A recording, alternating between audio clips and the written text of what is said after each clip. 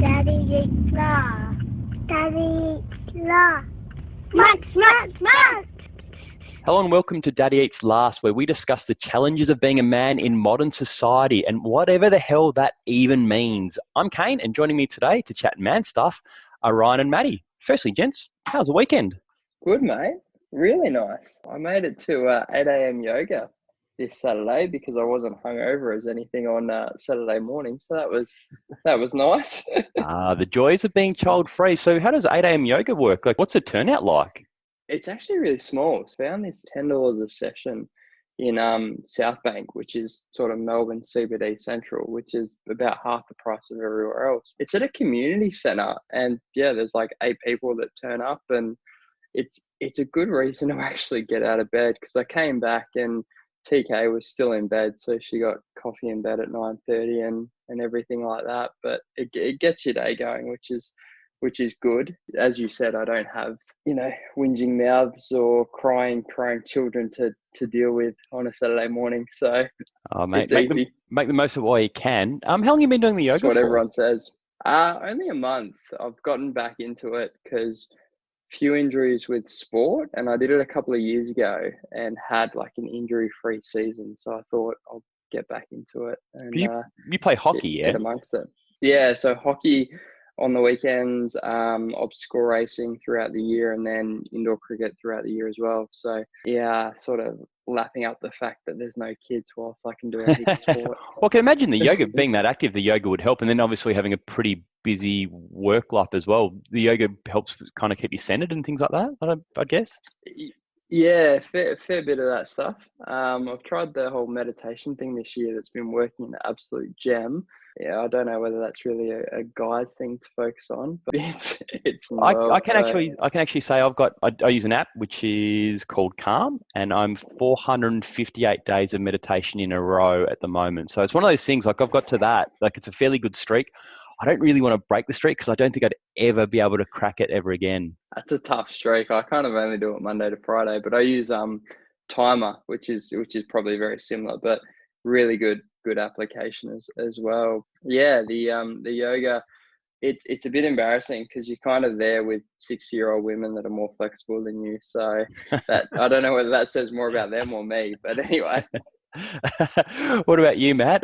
Any yoga in your weekend? No peaceful yoga for me this weekend. A little bit different up here in Brisbane. We are up to week, I think maybe 15 or 16, building a cubby house. So this weekend we got the front wall on, or the fourth wall completed. So we're at the roofing stage now, which is nice to be at after the longness that has been this little project. How does one go about starting a cubby? Do you have to draw up plans? Do you Google plans these days? Do you just watch videos online? Do you have to get a planning permit? How does a cubby work? Because I have no idea about how to build stuff. There was all of those things, mate. All of those things. We, the dial before you dig, getting the schemes of the backyard to see what I'm actually going to be smashing into. A lot of YouTubing, Bunnings videos on, digging and footings and all this kind of stuff. But in the end, yeah, we've managed to sort of put the wooden stumps in and a bit of a deck on top of that. And then the wall started coming up. But that's probably the biggest issue I have in these little projects, is working out where to start. Whatever project you sort of take on, the biggest, I guess, the fear for me is stuffing up the first bit, and the rest of it just sort of ends up looking like a mishmash of, wrongness. So a few calls to the old man. He's pretty handy with that kind of stuff, just to, what to do. In the end, he actually came up from Melbourne on the way through to another trip. But he started the footings for me. So I can't really take credit for the whole project. But because you're in Queensland, your dad's in Melbourne. He came up on the way to another holiday. Came up to assist you in building a cubby house. He did, yes. He's one of those guys that you can sort of, give a pocket knife and a bundle of matches, and he'll build you like a shopping center or something like that. He's pretty handy with that kind of thing. So, do you think that's something of the older, I guess the older generation of males? They built a lot of stuff. Like I know, Ryan, I've seen you build a table. I've seen that online, that you built something. I saw that posted on social media. And Matt, you're building a cubby, but I don't see a lot of dudes these days building stuff. It's sort of a lot of the older generation who that's one of their skill sets. They could build shit. Absolutely, yeah. I was thinking about that today when I was doing some painting. 10, 20 years ago, most kind of dads would be doing this kind of stuff, building things for their kids, and general maintenance around the house. But I think these days it's less prevalent in society, whereas dads can like outsource this kind of stuff. Do they have the time to even do it? Do they even need to know this kind of stuff anymore? When you can go down to say Bunnings and pick up a cubby house from there and bang, it's up in half a day. Do they even need to know this kind of stuff? Well, I'm not too sure, but it'd help to know one end of a hammer from the other end. I know, Ryan, like I said before, you've built tables. I've seen those online. Like you seem pretty handy with it. You've done renovations and stuff like that. You flipped houses. Firstly, it's probably good to point out that Matt's building a pretty extensive cubby house, so it's not just slapping something on together. I've lived in worse places than his cubby house, I reckon. I know, so have I, and I think anywhere that you start off with footings, you're actually doing something pretty serious. I'm building some recycled timber furniture at the moment for our new place. It's really good fun. It's kind of therapeutic, but it's definitely like compared to the norm, it's very, very different to what I do. And I think probably the older generation, work was very different. Like work is so different now that we're on so many, like my phone runs my life. I've got several computers and I like doing things with my hands. I'm a very, kinesthetic hands type person, but so much of everything that I do for work is computer based. The building stuff is good. That being said, like, as you said, I've done, renovated some apartments and some houses, flipped and that kind of thing. I don't think I would ever tile again. I tiled a kitchen and bathroom, and that was mainly from YouTube videos and also because of a bit of a dare. Like my brother, he's very much a tradie and very good with building stuff. And I'm sort of known as the pretty boy of the family that doesn't really get their hands dirty. So when he said you weren't going to be able to do any of this, I was like, all right, challenge accepted. I tiled a kitchen and bathroom, and so much respect for anyone who does that, because that was an absolute bitch of a job. It's my dad's a carpenter. I've seen him do tiling at home when I lived at home, and I think it was about 6 or 7 F-bombs per square meter of tiling was the kind of going rate at the time. So it could have even having a crack. I think I bought double the amount of tiles I needed just because I threw so many of them for therapy. It wasn't funny. But I think today we just like the fact that you can outsource everything so much and just kind of the world that we're in is you don't really get the joy of building anything more, which is why I guess with our new place, I sort of went, I want to build our bedside tables and, as you said, coffee table and sort of, plus also I'm big in the sustainability factor, so recycled timber and all that. Just building, it's like a couple of hours without a phone, without technology, and just doing like, human things. It feels like a massive rarity for today to actually do that, because we need everything so quickly. So I think the fact that you're building a cubby house, Matt, down there with so many weeks is awesome. Have you found it therapeutic, Matt, like putting it together, like the whole project? Is it a sense of achievement when you get another wall up, or a sense of achievement once you've built the floor, or is it therapeutic doing it?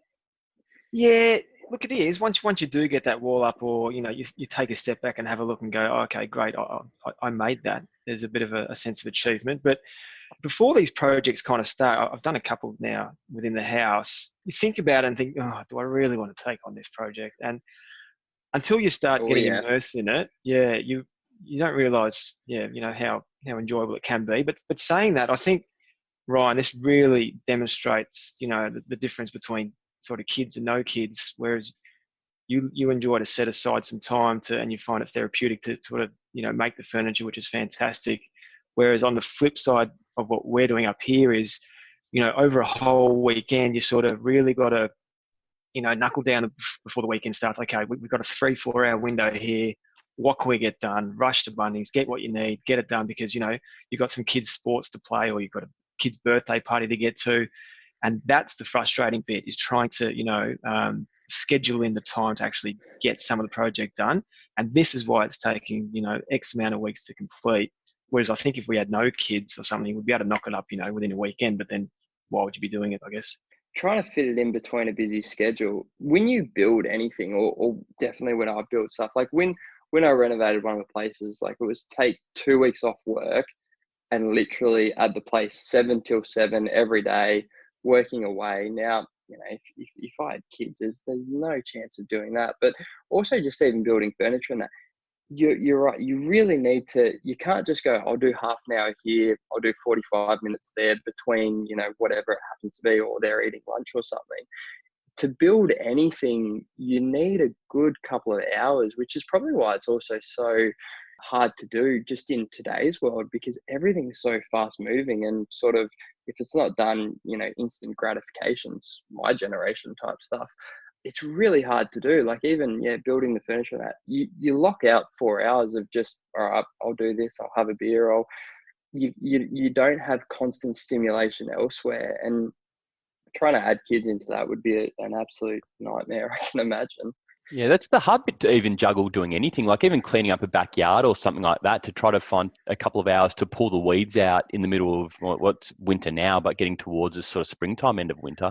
Just juggling just general maintenance of things, let alone trying to build a cubby from scratch. It's that constant juggle of being able to do that. I don't know if it was different, again, that sort of generation ago, where there was different roles in inverted commas, where a man in inverted commas would do X and a woman would do Y. Like I planned, 21 meals a week times 3, 60 odd meals a week, one in advance. Like just roles are really fluid now, and it's very hard to get the time to sit down or stand up or do something like that. And the few times I've tried to do it with Melamine, even trying to put together just a basic sort of shoe stand, was disastrous. The cutting and the bashing of stuff's really good, but my nana's right. I'm not really that handy, but I have other skills, I guess, which hopefully make up for it in some way. Well, That's the thing. hopefully, otherwise you probably wouldn't be married. But I think you've probably hit the nail on there in that I mean, the time's so crazy, like even with our kids. So I've been in Sydney for most of this week. Sort of Saturday was a day of, all right, we'll do some washing, we'll clean the apartment, we'll just kind of square, because we had TK's parents over for the week as well. So our house was a bit nuts, and we'll square the apartment up. But thankfully we're in a small apartment. But she's also working the whole time and that. So the fluid roles and the time factor is huge, in that just doing simple house stuff is like, we'll take half a Saturday to just square the apartment, square the life back up, just simply being away. And then I just think it's 10x when you have kids, in terms of like having a fit, like we're able to quickly do this, do a couple loads of washing, get the week back, get ready for next week's work, both having some pretty heavy jobs, and sort of quick vacuum of the apartment and clean up. But we've had many conversations where it's like, do we get a cleaner? Do we outsource this stuff in today's crazy world? I'd kind of feel pretty bad if we did, but it's a genuine thought, because time, I think, is the hardest thing. And especially when you go back to building takes forever, having done it a few times. And it is hugely therapeutic, probably because of how much time you do spend on it. But to say yes to something, you got to say no to something else, and it's even, I can imagine, just even harder with kids, which is probably why I'm tapping into it as much as I can right now. Yeah, well, the balance of that as well. Like we have a cleaner who comes once a week to clean for an hour or so. I find that time valuable, where I'd spend X amount of time cleaning, where I can spend X amount of time doing something else, be it something more constructive, be it work, be it hanging out with the kid, or doing something together. So managing those times and outsourcing things you don't really want to do, to find the time to do things you may want to do. And that could be doing yoga in the morning, or that could be building a cubby house. I think that's really important as well, to not be scared of actually outsourcing things to people who are better at it than you, because I certainly don't have the skill set to do X and Y. I can probably cook a lot of things, which is great. But yeah, if somebody said, can you build up a cubby, I'd be on the phone to my old man straight away and just said, listen, any chance of hand, mate? And he'd say yes, because that's what they do.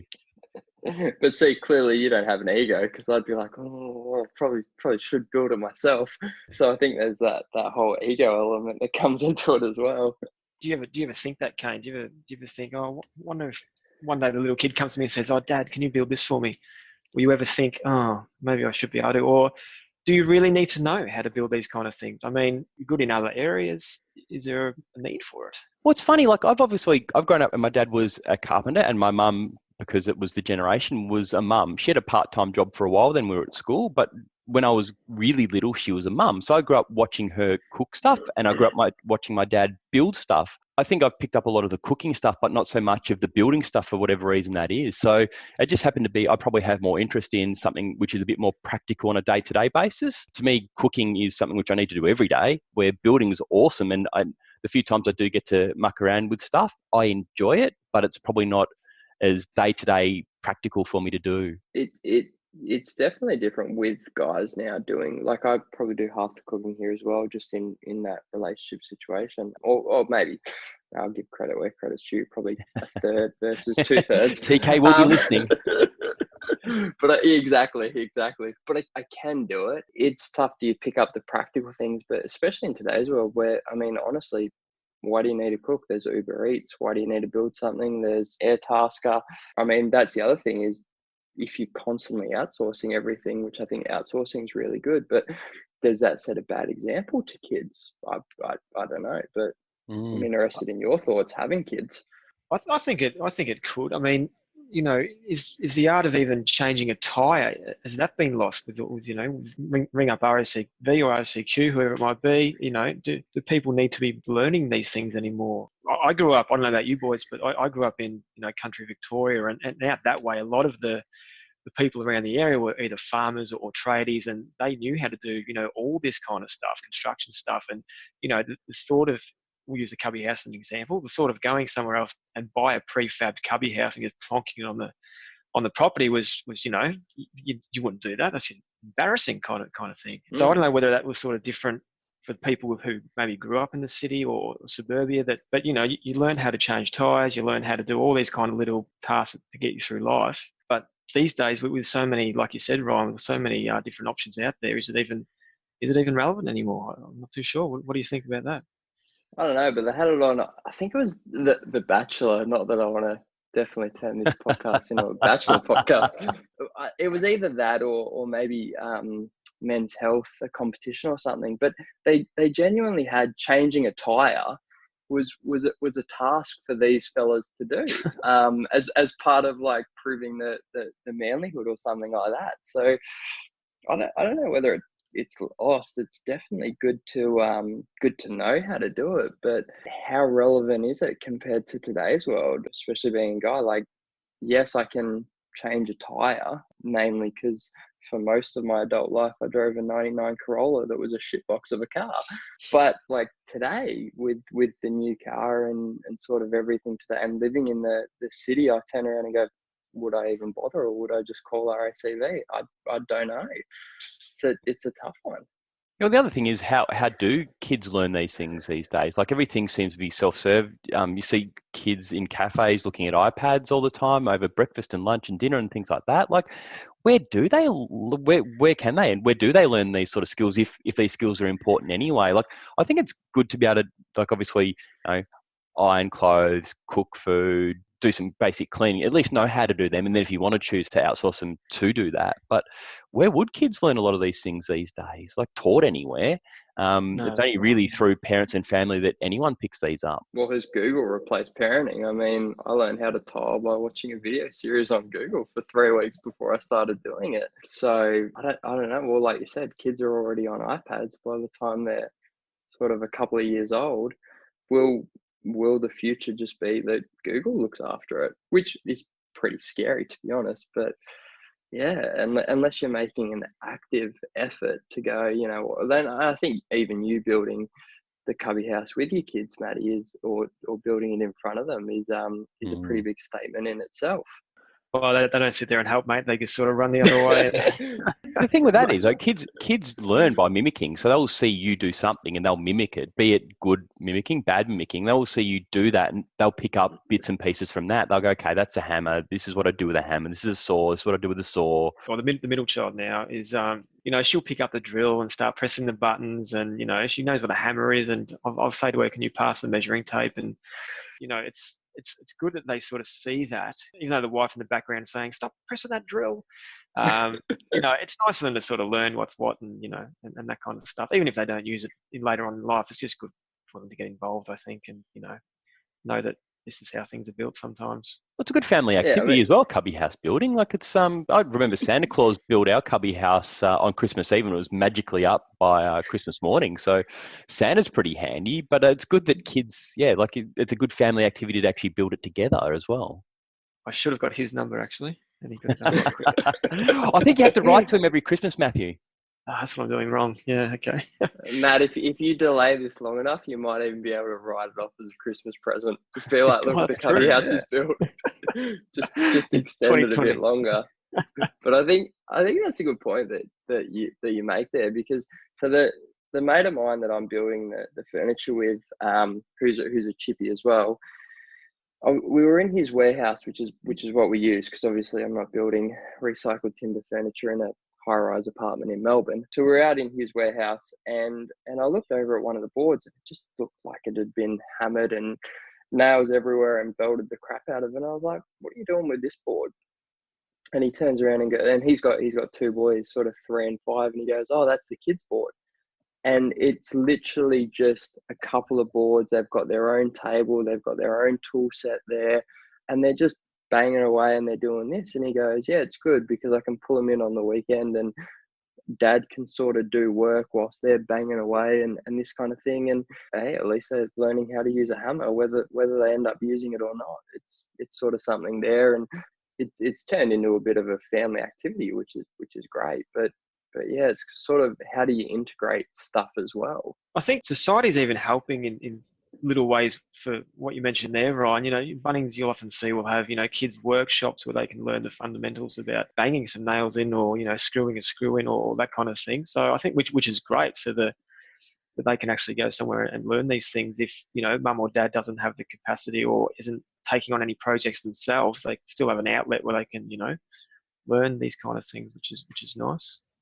Yeah, Bunnings as well obviously has the biggest kid magnet in the world as well. $2.50 sausages out the front. I swear to God, my kid knows where a sausage is from a kilometre away. He can just, that's kid magnets to get them in. And then once they're in there, they genuinely like walking around looking at stuff. They don't know what any of the stuff is, but they like pointing at, that, I've got to keep away from that, or that, I know what that is. I'm no idea what that is. Can I get that broom? And it's just it's that magnet to bring them in, and then they learn, again, just by being around different things. Whoever invented that sausage sizzle at Bunnings seriously got a solid pay rise after that, because that is a massive lead magnet at that place. It's actually quite funny. Like, I've gone past them before. They've got gluten-free sausages. I'm going, it's fine. It's a gluten-free sausage, but you're serving it in the widest of white bread possible, which can't possibly be gluten-free. Like, but yeah, it just draws people in. Like, you can smell. It's just the smell of the barbecue just wafting out over the suburbs, and everyone just piles in on a Saturday morning. Like, you can barely get a car park. It's insane. Creating good memories though, mate, with your little one there. Trip to Bunnings. It's his favourite meal at the moment. There's the 3 fail-safe meals, which is sausage and bread, gnocchi, and sushi. You always have to keep one meal ahead of kids. Dinner time, you got to have dinner ready at lunch. Always one meal ahead in case something goes bad. Well, if Nice you variety. keep going to Bunnings so much, you'll have to start building your own cubby cave. Yeah. Or maybe it can be a granddad job, but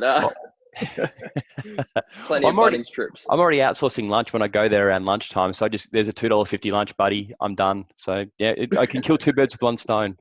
Or do your own sausage sizzle. Talking about outsourcing, do your own sausage sizzle in your backyard. Build over a couple of tradie mates and turn around and play the supervisor role. My brother-in-law did that a few weeks ago. They're putting their house up on the market, and they put a sausage sizzle on and invited a whole bunch of people around to help out, tidy up their house to get it ready to be sold.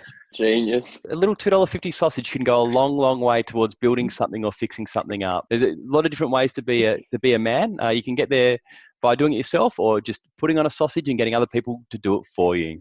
And that about wraps it up for this week. Thanks for listening, and we will be back next week for another episode, or should I say, serving of Daddy Eats Last. How's that one for a dad joke? Catch you all next week.